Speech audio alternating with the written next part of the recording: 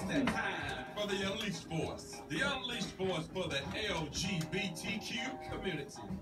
Featuring my mama, Gwen GQ, and David Skeeter Clemens.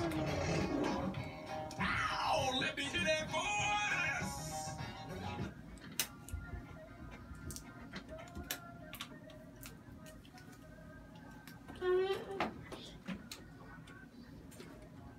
Ow! This is the S to the K to the double E to the T to the E to the R. I'm sitting here with Katie, and I'm sitting here with Calvin Stovall, the Stax Museum, and G to the Q, and we in the house today, and we are fired up. Hello, somebody! Yeah. Hello! You jumped? Calvin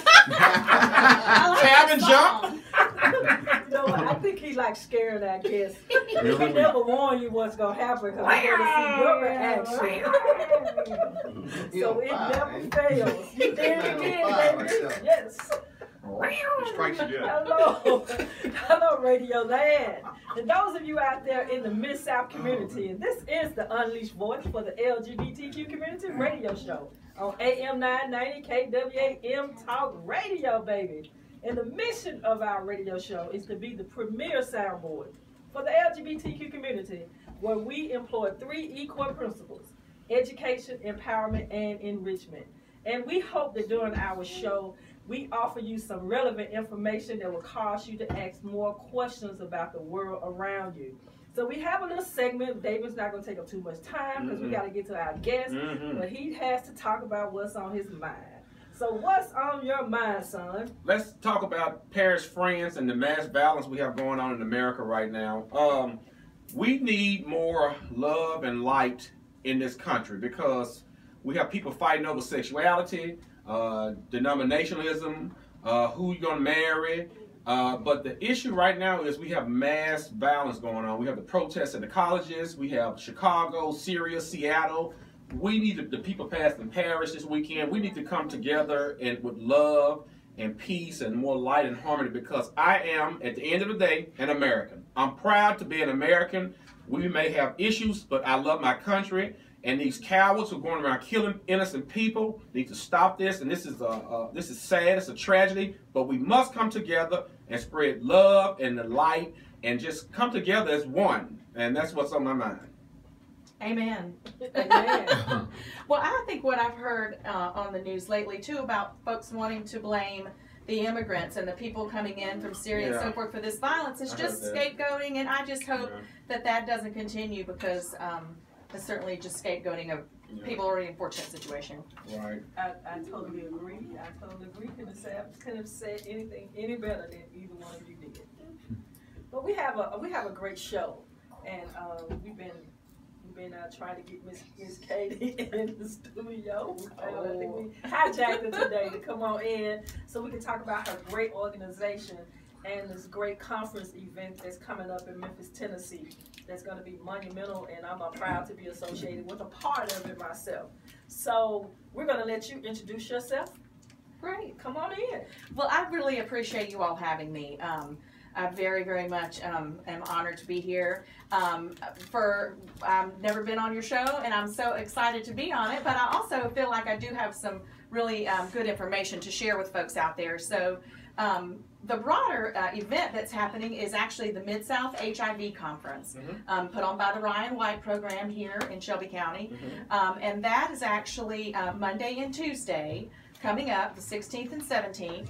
On Monday at the Focal One Conference Center is the Transgender Empowerment Forum, and then at the same time the Women's Positive Women Living with HIV Empowerment Forum. So those two things, this kind of a pre-conference, are going on Monday, and then on Tuesday is a long day of really great information for people, providers who are working with people with HIV, people living with HIV, social service providers, and really anyone in the community that's interested in what's going on or with HIV in Shelby County. So that's a really exciting thing. And then on the third day, on Wednesday, Choices and Path to Parenthood, which is a group out of California, fertility organization, are putting on a really exciting free seminar.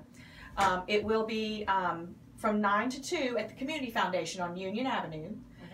And we're going to cover all different topics looking at the fertility and family planning options for people living with HIV.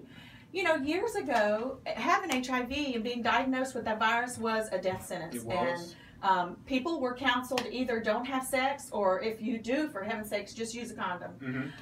Which really was just looking at one piece of a person that's really a whole person. And as human beings, you know, having the ability to think about our ability to have children is a really important part of being a human being. And so we're just excited to be able to talk about all the different options that people living with HIV have for family planning. So they have a new medicine out, the PrEP pill. And the PrEP pill is it 99% or 95%? It is very, very effective. You know, the idea around giving someone who is HIV negative the medicines, the Truvada, so the antiretroviral meds, is, you know, let's say that you're in a relationship, a long-term relationship with someone who's HIV positive, and, you know, part of that relationship is a sexual one. Yes. And this is just another option for not transmitting the virus. Yes. And so it's great, just like women have a million different birth control, well, not a million, but we have, you know, quite a few options for birth control. It should be the same way, because not everybody option is the same best choice for everybody. Right. And so for not transmitting the virus, you certainly always have condom use. Yeah. You know, you have now PrEP, and so being able to give the non-infected partner the medicines before unprotected sex. And it's just a great option.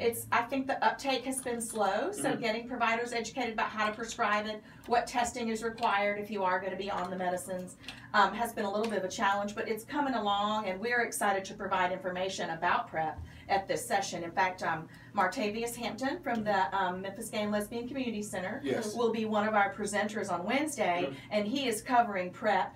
So more detailed information about what it is, how to take it, information about where to get it here in town, and information about how to pay for it. So that'll be a big part of the program on Wednesday. I think you said something very important in that you said training the providers. So that's going to be one of the facets of this conference that's coming up also. Information is going to be offered to people that offer services to the transgender community, the HIV positive men and women, so that they can best direct them to the resources and also explain what's available for them out there. So I think that that's very important, because you just think a physician would know everything anyway.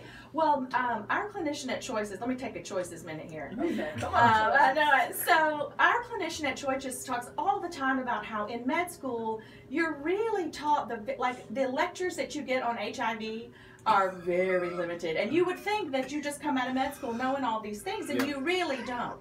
So continuing education is very important. At Choices, we provide sexual and reproductive health care to men, women, and teens in the community. We're a nonprofit. We're similar to Planned Parenthood. I think of Planned Parenthood as Starbucks, and Choices is like other lands. You know, I mean, we're like a mom and pop small. There's one of us, and we don't have a national anybody. But we have done some really unique things with that model. You know, one of the first things we realized was not being done in Memphis was fertility workups for people who were in same-sex relationships. Next question. Or for single people. Back in the day, if you were not married to someone of the opposite sex, fertility clinics here would not work with you. And so I'm not kidding. And even now, you have to really ask those questions like, if, you know, my partner and I come in, will you help us? A lot of them are associated with religiously affiliated hospitals that have certain guidelines. Go figure. It's changing. I know it's changing, and times are changing, but Choices was one of the first to bring on fertility services and really market them to gay and lesbian couples. And we have helped make babies and are very proud of that. I love it. Isn't that great? The other thing that we do, and hold it up. You hear that, Sean? No, Lord.